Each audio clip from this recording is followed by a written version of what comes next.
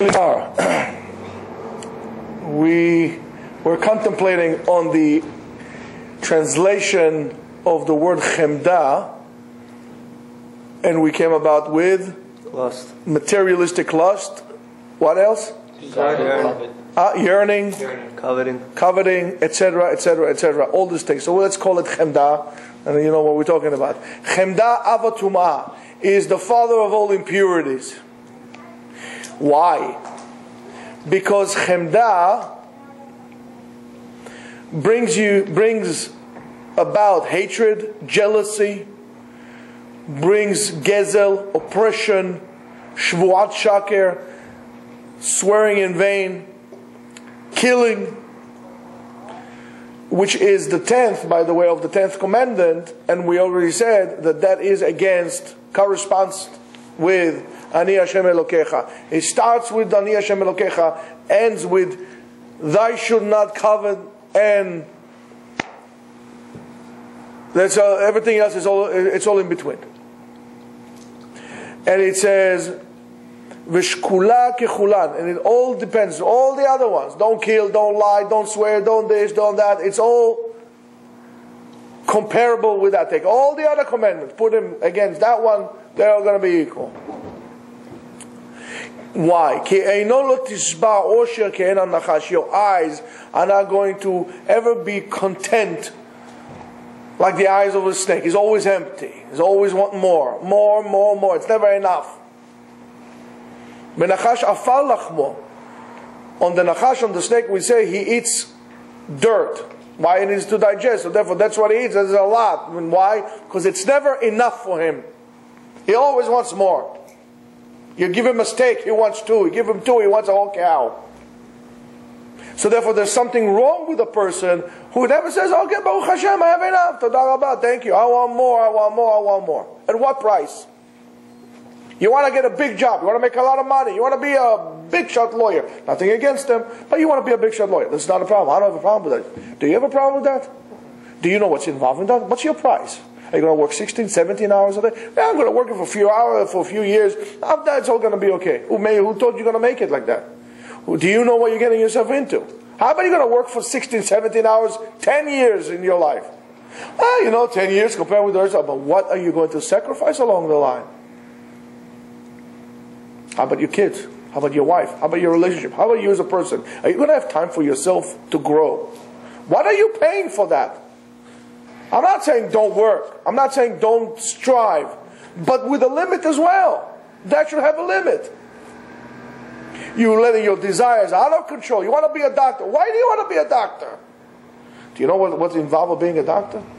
Are you willing to sacrifice being a doctor 10 years out of your life, working 72-hour shifts, etc., and later on going on opening your practice and doing all this thing? When are you going to have time for your kids? You're going to have kids, won't you? When are you going to have time then? What do you bother bringing your kids if you want to be a doctor? I mean, again, we all need doctors. But what do you want to do that? What's the true reason you want to do that? Why would you do this to your kid? Be a father, never there. I'm saying, listen, sometimes life will throw you in such situations that you will have to do this. But that's life. But deliberately to put yourself in a situation like this, what are you, crazy? What's wrong with you? What example do you give to your kids? So let's say, for example, you say, well, a person can learn in Yeshiva for 12 hours a day and 16 hours a day once he has kids. You're right, but you're telling your kids something that's important. And yet, together with that, make sure you tell your kids that they're important too. Because you don't want your kids to say, well, the Torah was more important to me than my father. Therefore, you know what? Let the Torah visit him when he's in a nursing home. You got to have the balance.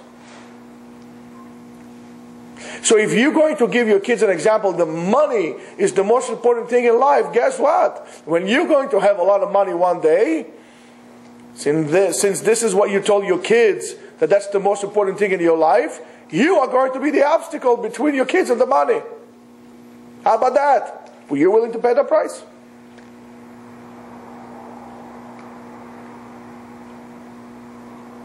When you say, later on, when I come to a different turn in my life, then I'm going to change my ways. Who guaranteed you're going to get there? Live today like there's no tomorrow. I'm not saying irresponsibly, but in other words, bring meaning to your life. Remember we were saying, live like you were dying. It's exactly it. You were giving 2 years to live. That's it. Shalom. Finish. What are you going to do? You're going to still collect your money. Where are you going to go with this? Are you going to appreciate your kids? Are you going to talk to your wife a little different? Are you going to pause and actually take a breath and give your son a big hug when he comes from school? Are you going to yell at him why he got a D instead of a C or a C instead of an A? Is that really what's most important in life? Do we drive our kids mishuganas on the fact of making them all, and that this is how we corrupt our kids? We're telling the kids that the most important thing is the grade, not how you got it, not what you learned from it. The most important thing is the grade. Why did you get an A? I don't care about the A's. Why don't you do your homework? I don't believe in homework. I think homeworks are wrong. The kid stays in school until 6 o'clock at night. When are you going to let him be a kid? When he's going to be 20 years old? Why don't we tell the kids, listen, are you learning in school? I don't care about the grade. Are you learning anything? Do we encourage learning? No. So we corrupt the kids from the beginning. And it's a game that we play. We don't want to have meaning in our lives. And whoever it is, the big matrix, doesn't want us to have meaning in our life. HaKadosh Baruch Hu doesn't want you to have meaning in your life. When you have no meaning in your life, I can put the meaning in you as I wish. So if you tell me, why do people go to cults? Right? Cults. Simple as that. It's simple as that. There's no difference between going to a cult, Hare Krishna, whatever that is, than regular life. Life itself is a cult. We are all a part of the cult of personality, aren't we? Celebrities. And everything, that we have, politicians and so on and so forth. Life is a cult. The only thing that is not a cult is the cult of is this life of Torah, because Torah does strive to give you freedom to think on your own. Because if that was a cult, we will never have a room for. So what do you think about this issue in the Gemara? What's your opinion about it? No, there's no opinions. That's what it is. We're going to tell you what it is. No. What's your opinion? What do you think about that? What do you think about it? You know what? Maybe you're wrong, but your opinion is just as valid as his opinion, which is terrific. Yes, you know what? Let's write it down, and this is how Gemara is written. From the way the Gemara was written, you can see that everybody's opinion counts. Maybe we don't hold like that because of the chain of command of how do we actually, but your opinion is valid, and we want to hear your opinion, and your voice is important. There's no cult in Judaism. At least it shouldn't be. And that's why we're all equal in the eyes of Hashem. And that's why if you believe in God, there's no room for desire. Something especially that is not yours. Because you don't see Kadosh Baruch Hu's actions in it. He gave it to you, He gave it to me. Of course, according to Kabbalah, it becomes even worse when you desire something that is not yours. A person that desires something that is not yours is called Katan Emunah. It doesn't have Emunah. It doesn't believe. He's a non-believer. He can practice all the mitzvot. 612 mitzvot. One he failed. Believe. Take this and throw it out. What good does it do? There was a Israeli Bob Dylan. His name was Meir Ariel. He died years ago. He was quite of an interesting figure. He wrote one time it's not a song, more of like a statement. It's called the neighbor's grass is always green. And he describes how you always try to make sure that the neighbor's grass is always green by making his grass always look yellower and more yellow than, and so on and so forth, right? In other words, he was okay with the fact that the neighbor's grass is always green. And it's okay, let it be more green. But sometimes society says, no, you're not allowed to have the neighbor. You're going to try to make yours greener than his. That's called competition. that's called not believing in Hashem, that realizing that everybody gets what he gets. So your garden is nicer than mine. How can I tell you? I plant vegetables, you plant flowers. Okay, so yours is nicer than mine, but I cannot eat I can eat your flowers, but I can share you my vegetables. So that's what you choose to do. That's fine. It's not a problem. The implementation of competition in people is bad. To try to implement it, everybody will be competing with each other. That's bad. That's not good. It's terrible. That's our society. You have a house? Okay. He's going to have a bigger house than mine. Bigger house than yours. A bigger car. It becomes terrible. That is, a person like this is not a person who has an emunah. A person like this is a miserable person. How much does your son get in school? 100. Mine got 100, but in the better school. You turn your kid into an instrument of your possessiveness. In other words, you're out of your mind. For that, we don't say what Tehillim says. In Tehillim says, Ashrei kol chosei bo. Lucky are those who take coverage or refuge in Hashem. Ki ma'amin, that he believes, sheyesh Eloha ba'olam, that there is God in the world, sheyachol, that is able, umashgiach, and pays attention, and guards you over. V'ktiv, baruch ha'gever asher yiftach be'Hashem, v'haya Hashem miftacho. Hashem is your refuge. Not your insecurities. Okay, so I feel insecure, so I'm going to get myself bigger muscles, bigger guns, bigger cars, bigger this, bigger that. Look at the world, what happened with all plastic surgeries. We turn women into lunatics with all this Silicon Valley here. Why is that? Because what is the message that we give? That I don't care who you are as a human being, as a person. I care on the outside. And I don't even care if it's fake. In other words, you're saying, I'm a retard.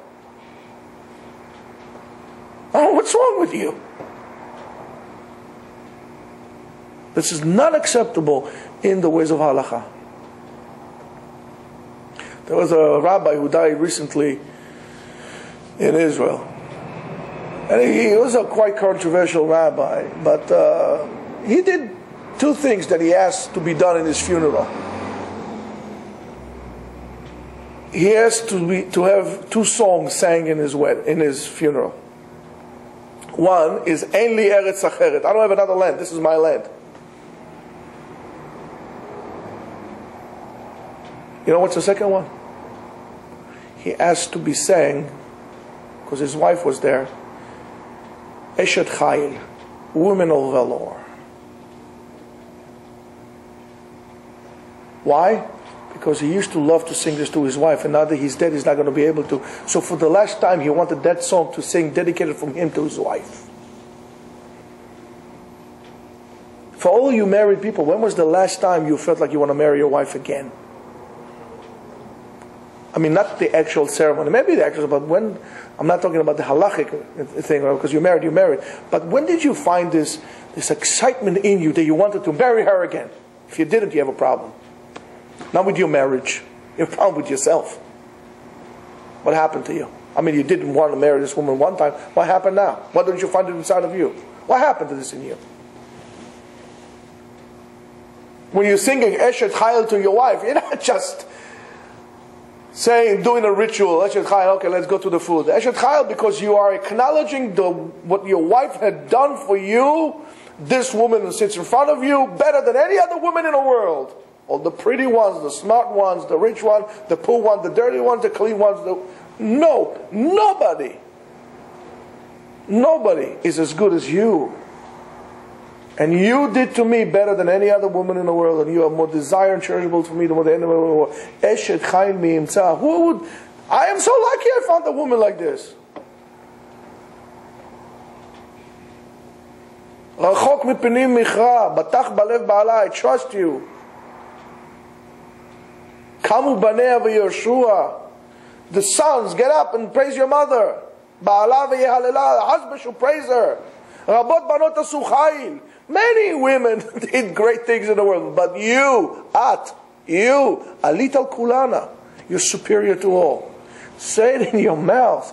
Say it in Chinese if that's all it takes for you to understand. Understand what you're saying. You're not saying, you're making a declaration. Do you believe what you're saying? So if you say that, how can you desire somebody else's wife? You don't believe, therefore, that God has sent it to you. So therefore, listen, you got a big problem. So Rabotai. And then it says, Hashlech yavcha al Hashem. Throw your trust on Hashem. Ve'u yechalkelecha. And He will give you nourishment. He will take care of you. Not a person. Hashem. You have to trust Him. Uvetnai, in a condition. Sheyeh be'emet. It has to be truthful. Ubechol libo. Bli shum pitpuk. With any doubt. Throw it. Since we have a doubt, well, we have to work on the doubt. But ve'od and more, beheyoto boteach, when you are trusting Hashem, and don't go to the stock market. Hashem, let me pick this one. No.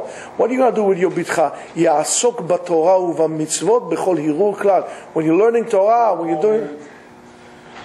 you're learning Torah, you're doing all these things, do it with all your heart without any doubt. Not to say, oh, I'm learning Torah here.